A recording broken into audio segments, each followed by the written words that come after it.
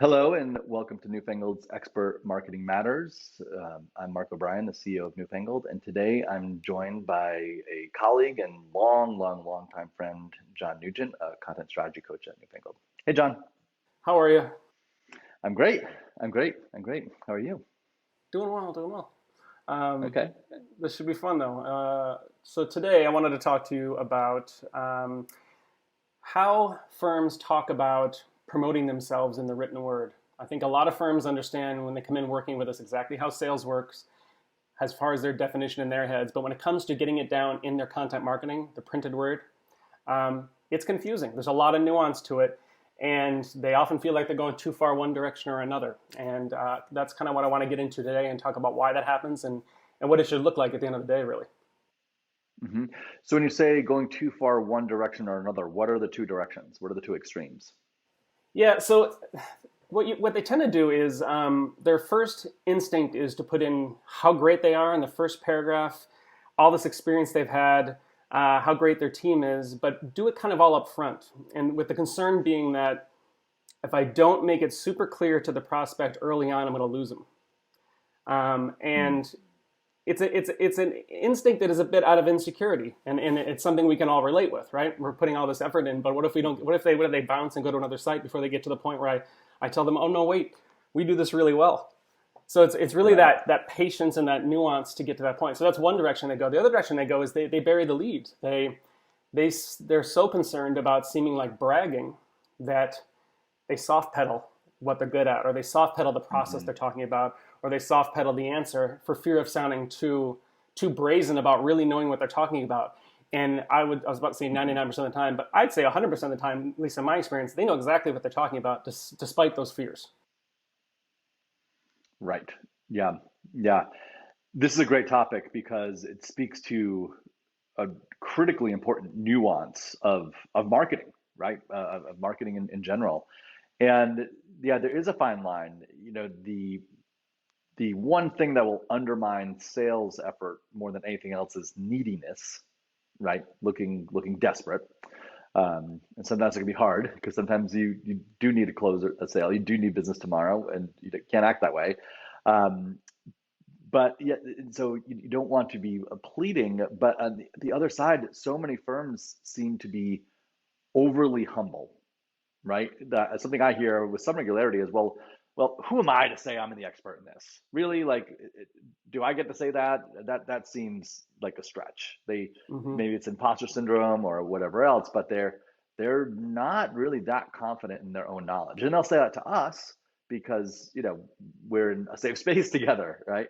But it's a very real thing that they need to get beyond because the prospects need to see that humble confidence. Hmm. Yeah, and I think that and I was about to say the best evaluator content. I should explain exactly what we mean by evaluator content, right? At Newfangled, different firms have different terms for these things, but amongst other strategic parameters we assign to our content, there are two primary areas related to the kind of the sales cycle. One is researcher, which is really just straight education. You're answering questions. Somebody's Googling how do I build a shed, and you're writing an article. Here's how you build a shed. Here's the right way to build a shed, right? Evaluator content is a little more nuanced. One can be here's something that we do really well that answers a pain point of my prospect, right? Where you do invoke your firm, you might say I, me, or we if it is really pertinent. Mhm. You might get into case studies. But where evaluator content gets a little more subtle, and it's all evaluator is all about the buying mindset. You're writing to the buying mindset, so it can also mean the topic can be evaluated. The topic could be how do I hire an outside agency? And if someone's Googling how to hire an outside agency, they're probably considering hiring an outside agency. So it is by de facto evaluator content. Someone's thinking about buying, purchasing, hiring, right? So when you consider Mhm. those two things, when we're talking about that evaluator content, I think where you mentioned the insecurity and that lack of confidence, I think one way to look at it, and I've talked to a lot of firms about it, trying to come up with examples to make it clear, is like if you're in a relationship. Say we're in a relationship and or like a budding relationship, and all I do is talk about how great I am and how I'm going to solve all of your problems right away, all the time, first line. You would be Mhm. skipping along pretty quickly. It would be weird. You would see Yeah. it would come off super insecure. And really Mhm. what you need to do, and it took a while to kind of I think to really wrap your a lot of firms to wrap their heads around this idea. But what you're trying to do with evaluator content is not sell, sell, sell from the first sentence. What you're trying to do is reflect or represent the debate they're having in their heads already about a pain point, right?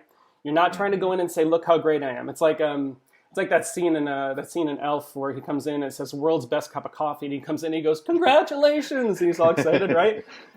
You don't go to that diner because you don't go to the diner because it says "World's best cup of coffee." You go because of peer reviews and you've heard about it, right? That's where the interest comes from, and so you can't mistake that in your content marketing either. You have to represent the debate in their heads, not scream from the rooftops that you're the best. Yeah, and I think that point is so key. Picking up where their internal dialogue is, right? If you can meet them in stride with that, then you're nailing it. And of course, one of the primary benefits of being a sharply positioned expert who solves similar problems for a similar group of people again and again and again and again is that you know what that dialogue is. You understand what they're thinking because you've had a lot of people show up at your door and you hear what they're talking about, you hear what they're concerned about, and you know the mindset your prospect is in right before they hire you. And so you can very accurately speak to that. We need to get to positioning pages at some point in this conversation. And one example of this dialogue thing that we get feedback on all the time is we have a page on our site called About You. And it's about you, the prospect. And we just detail where they are. And what we're detailing is our ideal prospect. You know, you feel like this, you're at this stage, you've done these things, it hasn't worked for these reasons, you're sick of that cycle, and you want things to be different. And, you know, if that's you, we should talk. If that's not you, great. You know, and we get so much feedback on that page. I'd say probably half the leads who show up say, I read that page and now we have to talk, right? Because that is me. About You is about me. And that's important. I do want to frame things a little bit in terms of the evaluator. So marketing is the act of ushering people at their own pace through the three primary stages of the buy cycle. The first is the researcher, where they're just, you know, they've got a problem and they need some help. They're thinking about topics, but they're not buying anything. They're curious, right? Researchers are curious. Then we've got the evaluator, which is the group you're talking about, and then we have the purchaser, where they're like, all right, I need to make a decision right now. And so in our marketing, a prospect might show up at any one of those stages. And we've seen more and more people show up right at the purchase stage and get right into the contact form for our clients and ourselves, which is interesting.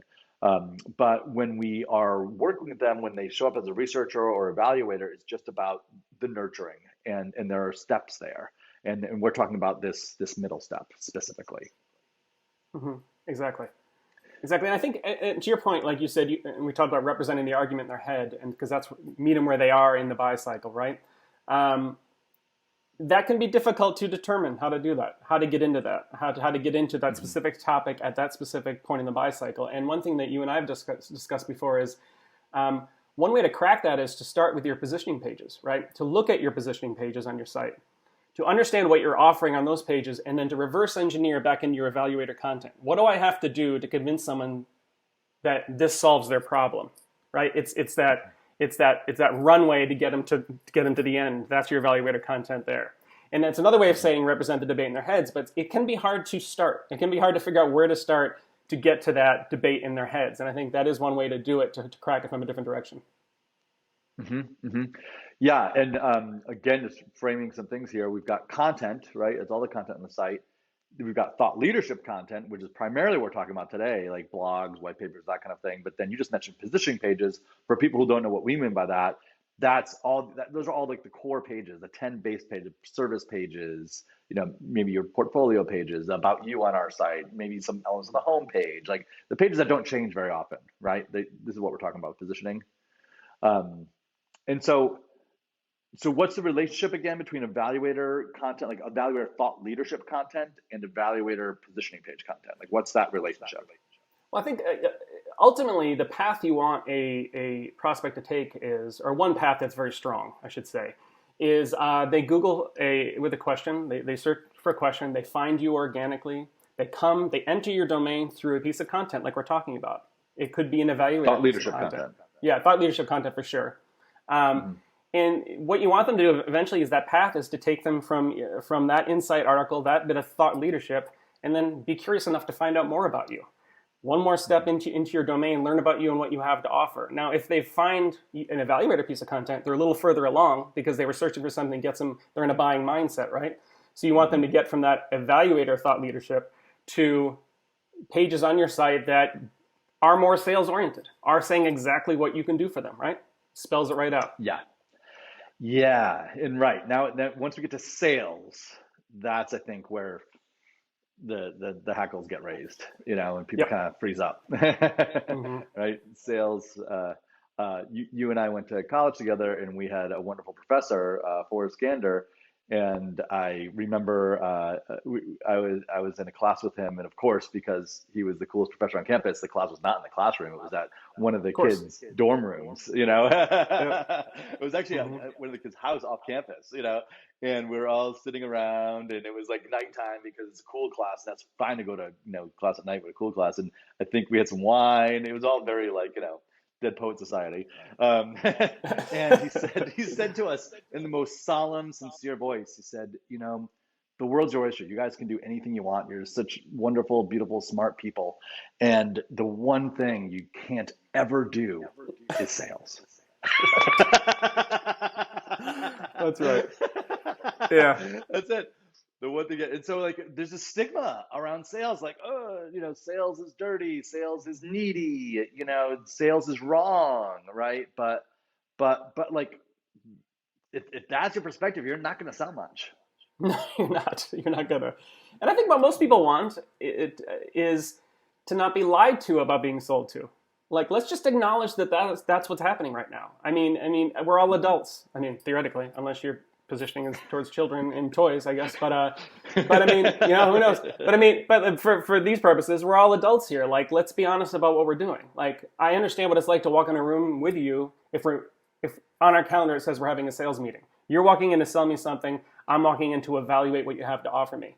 It is no different in the written word, but it is different in the sense that you're not looking each other in the eye. You don't have a meeting in the calendar that says sales meeting. So yeah, you have to ease them into it. You have to convince them. You have to represent, like we said, represent that debate they're having to get a little bit of trust before you start selling them. You have to gain that trust, or they're gonna bounce pretty quickly. Because sales is annoying. It's that salesman. It's a used car salesman who, when you drive on the lot, the difference between the guy who's at your door on top of your toes as you open your door on the lot, saying, what do you need, what do you need, what do you need? And the one that lets you browse for a while, Yeah, yeah, yeah. And, I think perspective-wise, the number one thing that most firms out there need to embrace is first, if you're not an expert firm, you can't play by any of these rules, right? Everything we're talking about pertains exclusively to expert firms, exclusively. And if you try to implement any of these things without being an expert firm, it's going to fail, and you're not going to look good doing it.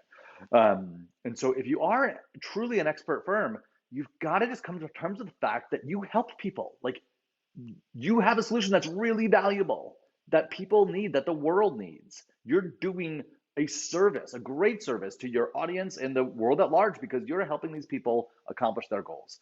And if you're just, again, humbly confident about that, like, yeah, this is what we do. These are the problems solved. We're really good at that thing. If you're in this situation, we should probably talk. If you're not, great, right? And if you start from that point, then you can do everything right.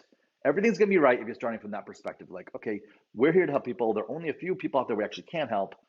The rest can, happily go away, no problem. But if you're this person, it might be worthwhile to have a conversation. And I don't know. What do you think about that? From my perspective, that gets things off on the right foot. It does, 100%. It goes back to that honesty in sales idea, which I think is what we're talking about. It goes back to the confidence point, which really is the underlying theme to this whole conversation. It's you're an expert firm for a reason. You're an expert. So many CEOs that I've worked with express such hesitation about putting out what I know they know. And I have a couple times I've even said, how long have you been doing this? 20, 30 years. Do people come to you for answers all the time? All the time. This is no different. Speak right. Like the expert that you are in print as well. It's a different thing. It's shocking when you're not used to writing down your thoughts, right? When you're not used to writing down your expertise and your specific point of view, you can feel like a fake. And Right. that's part of our service offering at Newfangled, right? Is to walk people through that to assure them that no, you're not. You know Yeah, exactly no, what you're you're talking not. about. You're not at all. But we're going to show you how the right way to lay it out there so that you have the best chances of someone reading that and hiring you. Hmm. Hmm. Well, yeah, 100%. And I think when people get into the sales mindset, they adopt this persona that they've subconsciously learned over the years, mostly from bad salespeople. And that's part of what feels icky to them because like it just doesn't feel comfortable. And if you're feeling that way, if you start to tense up, you know you're going down the wrong path, right? I mean, this should it writing content like this to me should feel just as easy and enjoyable and interesting as having a great conversation with a great prospect. You know, and in my public speaking training, one thing I learned that helped me tremendously was before you get on stage, envision somebody you just love talking to, someone you haven't seen in a while that you're so excited to see, and your chemistry is fantastic with this person, and you can talk with them for days and days and days and days. And like envision that person and start thinking about that individual and get in that mindset.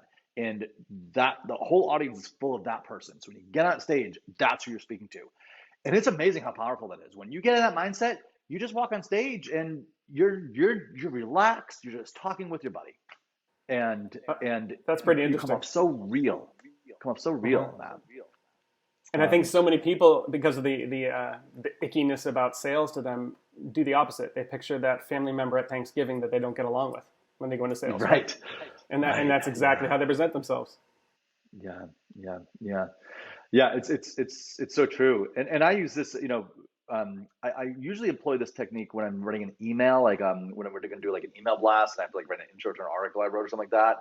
I'll actually, when I write the draft, I'll actually say like, "Dear Mike," thinking of like Mike Cipher from HTK, or Haley Sue now. I'll think of an individual who is the right kind of persona, who I know really well and just love, and so I'll actually write the email to that person. I won't send it to them, but I'll write it to that person. And that's how I get in the right tone. So like do that. Pick an individual, pick a prospect just had a great conversation with, pick someone who is a wonderful client that you just feel really comfortable with, who really appreciates what you do, and like actually write the article to that person. I think mindset's so important in person to person relations. They're such a powerful tool we can use to unlock the right sort of posture. 100%. It's interesting. Yep. Yeah, and that'll settle you down when you sit down and deal with, everybody deals with writer's block. And like we said, Yeah. the fear that you're fake and all that stuff. Getting more comfortable solves a lot of problems all at once. Any kind of process like Hmm. that is a great idea. Hmm. If you're an expert. If you're an expert. That's right. Yeah, That's and for exactly right. us, yeah, that and we only take experts. We can't. We have no business taking people who aren't experts. We can't help them. We can't help them. And so, that there's a parallel here between confidence and expertise. Um, Blair Enns and I took a course together for 3 years in Vancouver. So every quarter, Blair and I would go to Vancouver together for 3 days, every single quarter for 3 years, 12 trips to Vancouver with Blair. Awesome. Now in these COVID times when we can't go anywhere, I think about those trips a lot. It's a fantastic city. And the program is called Strategic Coach. In the number one principle of Strategic Coach, the number one underlying principle of all the materials, a lot of material. 3 years is a long time to learn things. It's a pretty deep system. The number one underlying principle is that confidence is the foundation of all positive human attributes, and fear is the foundation of all negative human attributes. So if you're in a confident, which doesn't mean arrogant, but if you're in a confident frame of mind, then you're going to be more trusting. You're going to be more humble. You're going to be more courageous. You're going to be more able to help others. Like, all kinds of great things happen when you're confident. And if you're scared, fear is the root of all evil, right? And so that's the coach perspective, which I 100% agree with. And it's one of these simple things that once you think about it, okay, that lines up pretty well. But it changed the way you think about everything, even though it's not counter to how you thought previously. So that's a coach maxim. And I think a newfangled maxim, not that we own it, is that positioning and being an expert is the root of all positive marketing attributes, right? It's like that. Being a well-positioned expert is the foundation for everything we talk about, everything Blair talks about, everything David talks about, Tim Williams. So if positioning is the heart of all of that stuff, without it, you can't really pull any of it off. And like I said earlier, if you try to without being a well-positioned expert in the first place, you're gonna waste a lot of time and money, and maybe reputation too. It's a dangerous game to play. And a positive result from that, that confidence you just mentioned too, that goes over to the content world that we didn't mention earlier, is if you have confidence in what you're presenting and what you're writing, you're going to speak to your prospects. You're going to speak to them or up to them. You're not going to accidentally speak down to them because you have confidence that they're smart people as well. And I see that constantly, where people start articles with, when I was a boy, 3 years old in Oklahoma, like bringing you all the way up to the point of how you got to this point in your career. Trust that your prospects have that confidence that your prospects are smart and they're going to meet you where you are. They're smart just like you are. And that's going to go a long way in your content as well, your evaluator content specifically. That's really interesting. Yeah, the idea of trust in the prospect, right? And a prospect that's not meeting you where you are isn't a good fit. Exactly. And if you don't, can accidentally talk down to them, where you're just like, like when you're explaining the concept of what you're going to get to, of how you solve it, like they know the concept. And to your point, if they don't, that's not the right person. So, but yeah, and that's a big mistake. And it also, you know what, you have to entertain too, and it's boring to read history that isn't super riveting about something. You want to get to the point. If I had a problem and I Googled something and I found you, give me an answer. Right. And even that answer is a great service. And, we coach our clients through your efforts and your colleagues' efforts all the time on creating a lot of really amazing free content. Like a lot, giving away excellent thought that takes a lot of work, a lot of time, a lot of money, a lot of energy. And again, through that effort, you're providing a wonderful service to the industry you chose to serve. And like looking at positioning as a benevolent act in that way, I think is very accurate. And yeah, if you're doing that, then there's going to be a certain band of people who are right there with you and who want to work with you and you want to work with, and they if you can solve the problem, then you've done a good thing for them, and do it as efficiently as possible because they don't have much time. Exactly. Yeah, that's the underlying thing too. We haven't talked about. There's not much time to capture these people, so you got to get it right. And you can't do it from a position of fear, like you said. So, right. Yeah. That's great. Well, this is an awesome topic, John. I really appreciate you bringing it up and having this conversation. There are many sub-threads from this, and I look forward to picking up one of those or something entirely different during our next talk. Sounds good. Enjoyed it. Anything else that you want to add here before we close out? I'll just add that I wish I had you follow me around all the time to reframe my positions, because you do a really good job at it when you give the background of things. And I'm just thinking, like, it's just so great if Mark could just follow me around and make everything more clear like you did here. So good job. Is that my job? That's the conversation, right? Volley back and forth. It was fun. It was a lot of fun. I appreciate it. It was great. All right. Thanks, John. See you. Thank you. See you.